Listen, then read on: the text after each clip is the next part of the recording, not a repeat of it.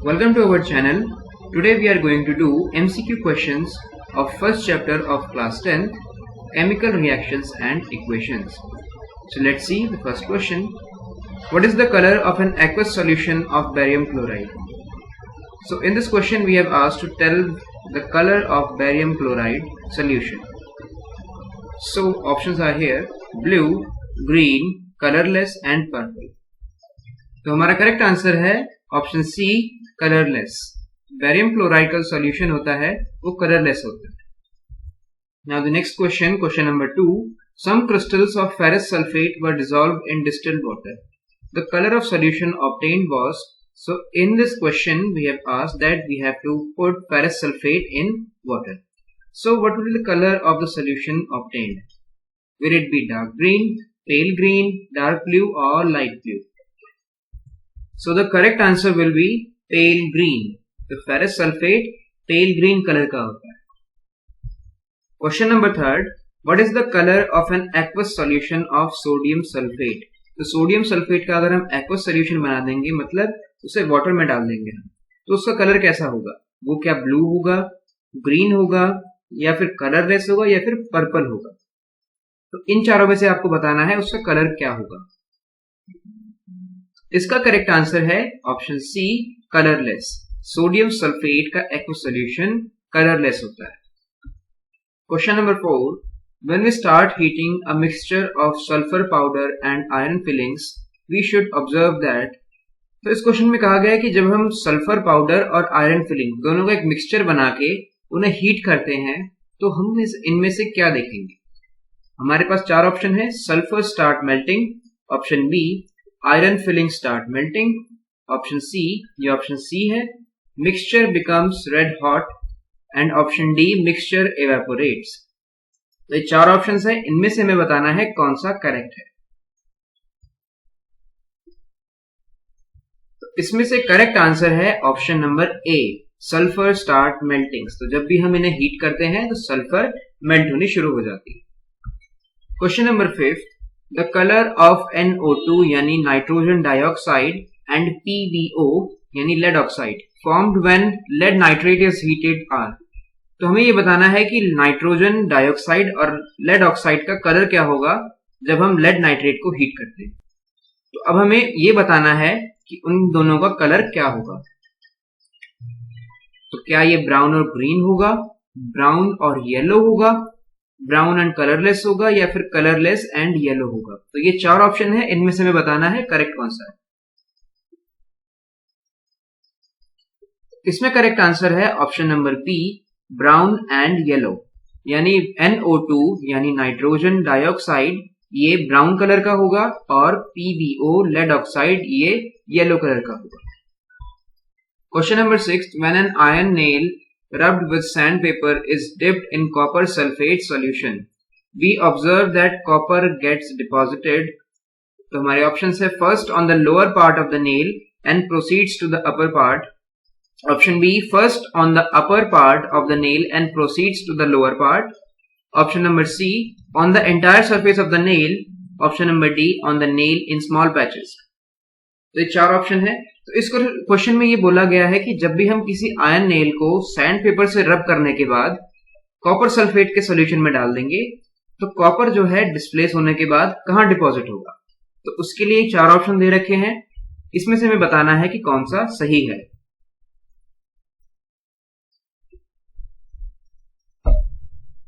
तो इसका correct answer A नहीं है, बी भी नहीं है और डी भी नहीं है। इसका करेक्ट आंसर है option number C, on the entire surface of the nail. तो ये डिस्प्लेसमेंट रिएक्शन होता है कॉपर सल्फेट CuSO4। इसमें जब हम Fe यानी आयरन डाल देंगे तो कॉपर की जगह आयरन ले लेंगे। Question number 7, what is the type of reaction between sodium sulphate and barium chloride. तो सोडियम सल्फेट और जब बेरियम क्लोराइड रिएक्ट करेंगे Na2SO4 plus barium chloride BaCl2, ये हो गया सोडियम सल्फेट और बेरियम क्लोराइड। तो जब ये रिएक्ट करेंगे तो इनसे क्या बनेगा। तो इसी के बेस पर पूछा है कि ये किस टाइप का रिएक्शन है, क्या ये डिकम्पोजिशन रिएक्शन होगा डायरेक्ट कॉम्बिनेशन होगा, सिंगल डिस्प्लेसमेंट होगा या फिर डबल डिस्प्लेसमेंट रिएक्शन होगा।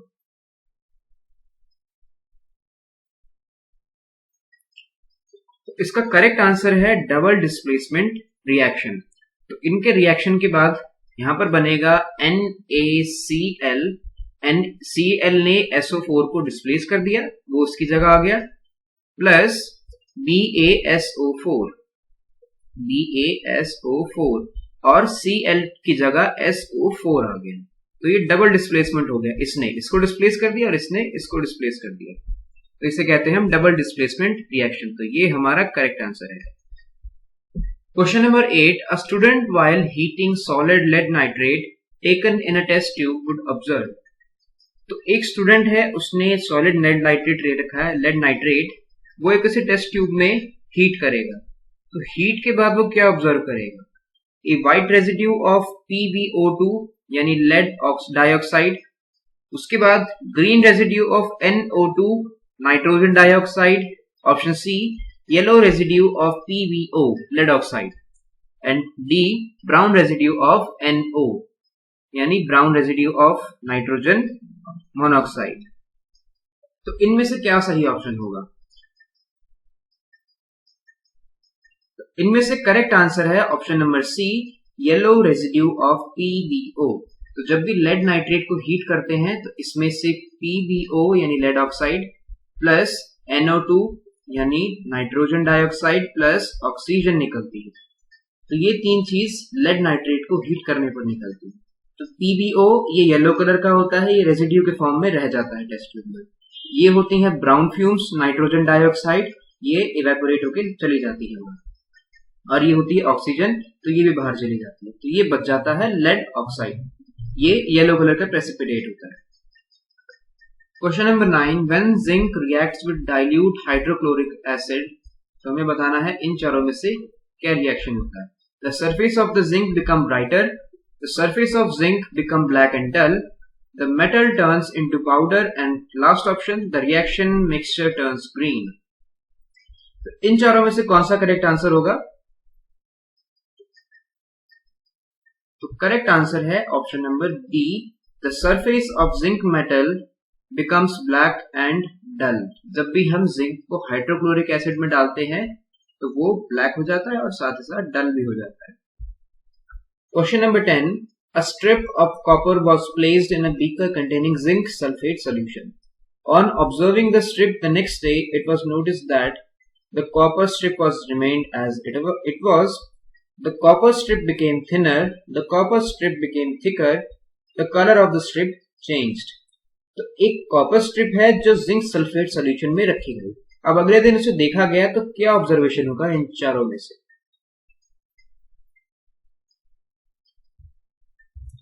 तो इसमें हमारा सही आंसर है option number A, the copper strip will remain as it was, क्योंकि यहां पर है कॉपर और यहां पर है जिंक सल्फेट।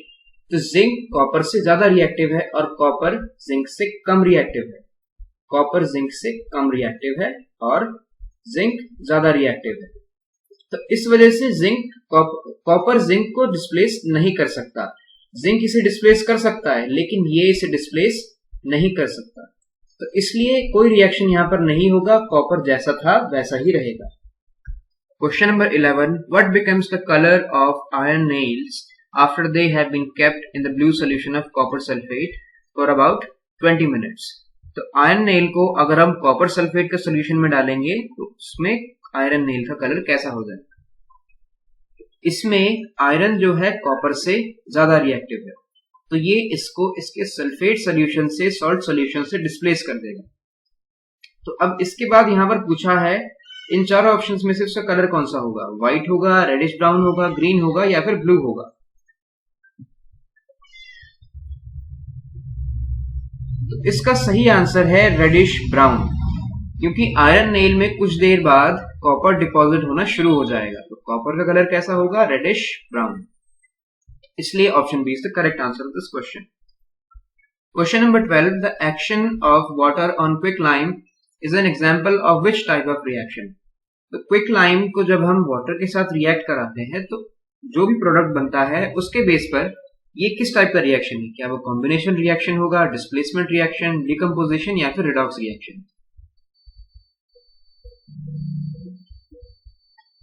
तो इसका सही आंसर है कॉम्बिनेशन रिएक्शन।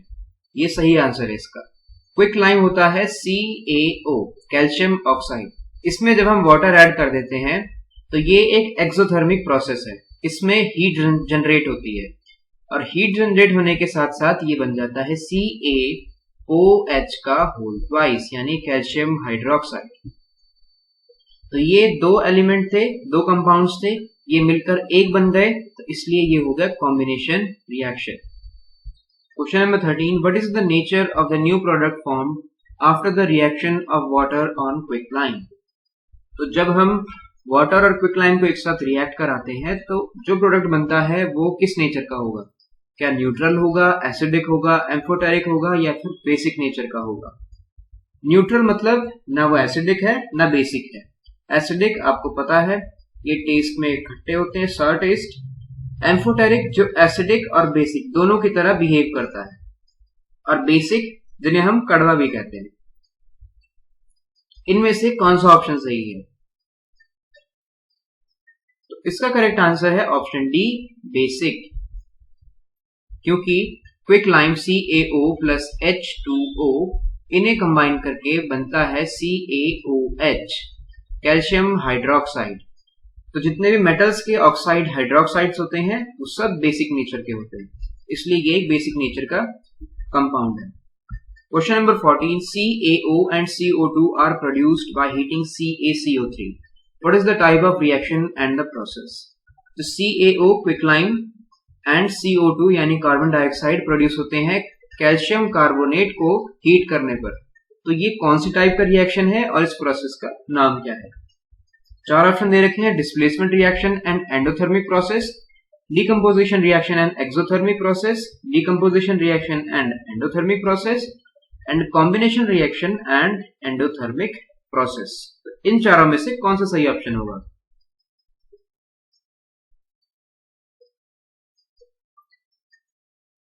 इसका सही आंसर है option number C, decomposition reaction and endothermic process. वो कैसे? क्योंकि जब हम CaCO3 को हीट देंगे तो ये हो गया एंडोथर्मिक, हम इस कंपाउंड को हीट दे रहे हैं। तो हीट देने के बाद ये स्प्लिट हो गया, ये एक कंपाउंड था, ये एक से ज्यादा कंपाउंड्स में स्प्लिट हो गया।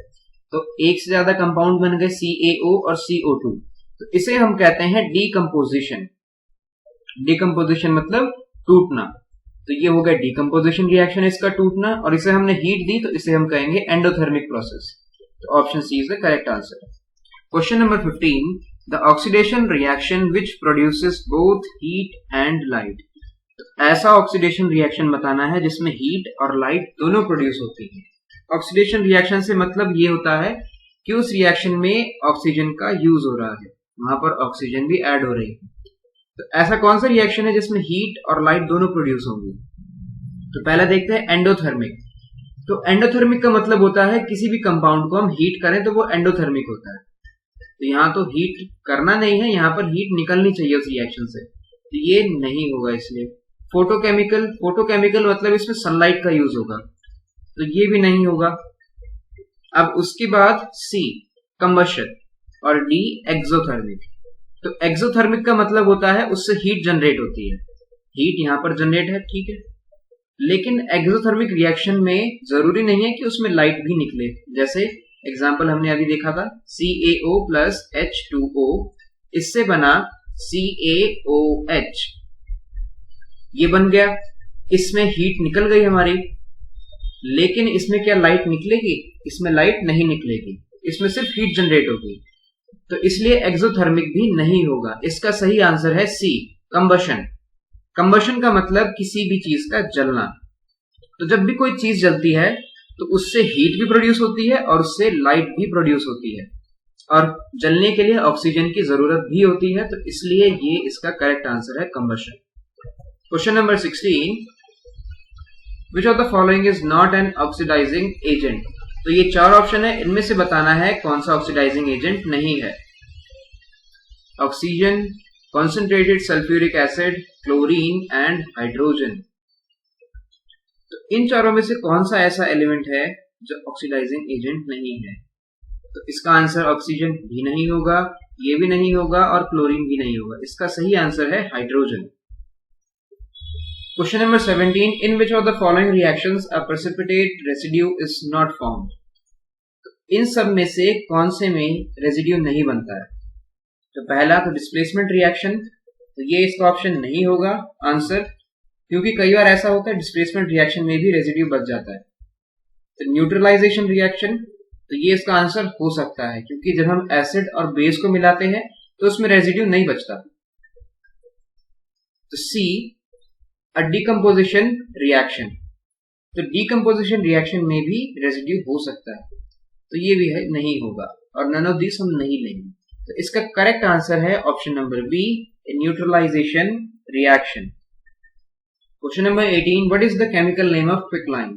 तो क्विकलाइम का केमिकल नेम बताना है calcium oxide, calcium carbonate, calcium hydroxide और कार्बन डाइऑक्साइड। तो क्विकलाइम का केमिकल नेम है calcium oxide, CaO, CaO। Question number 19, the reaction between calcium oxide and water is known as combination reaction because calcium oxide और water को जब हम मिलाते हैं तो वो एक कॉम्बिनेशन रिएक्शन होता है, लेकिन पूछा है यहाँ पर कि क्यों होता है। Option number A, it is exothermic. Option number B, it does not require activation energy. Option number C, only 2 reactant take part in the reaction. And option number D, only 1 product is formed in the reaction. तो exothermic से combination का तो इसमें कोई मतलब नहीं है, चाहे हीट जनरेट हो या ना हो, तो उसे हम नहीं कह सकते कॉम्बिनेशन रिएक्शन है, क्योंकि कई और ऐसे भी रिएक्शन है जिसमें हीट प्रोड्यूस होती है, तो इसलिए ये ऑप्शन नहीं होगा। It does not require activation energy, तो इसमें इस रिएक्शन को चलाने के लिए कोई एनर्जी की जरूरत होती है क्या? हमें इसे हीट करना पड़ता है? तो नहीं, इसकी भी हमें जरूरत नहीं होती। Option number C, only 2 reactants take part in the reaction, तो 2 से भी ज्यादा एलिमेंट्स हो तो भी कॉम्बिनेशन रिएक्शन हो सकता है, तो ये भी सही नहीं है। Option number D, only 1 product is formed in the reaction, तो ये बिल्कुल सही है, क्योंकि कॉम्बिनेशन रिएक्शन हम कहते ही उसी को है, रिएक्शन के बाद सिर्फ एक प्रोडक्ट बचना चाहिए। तो option number D is the correct answer. Question number 20, the reaction between iron nails and copper sulphate solution is a chemical combination reaction, a chemical decomposition reaction, a chemical displacement reaction and a chemical double decomposition reaction.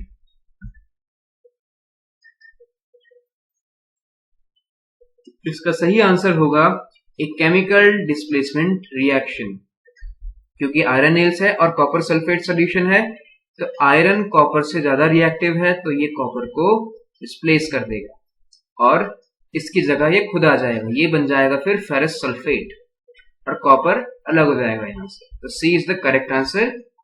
And with this question we come to an end. I hope you like this video. Please don't forget to like, subscribe and share this video. Thanks for watching.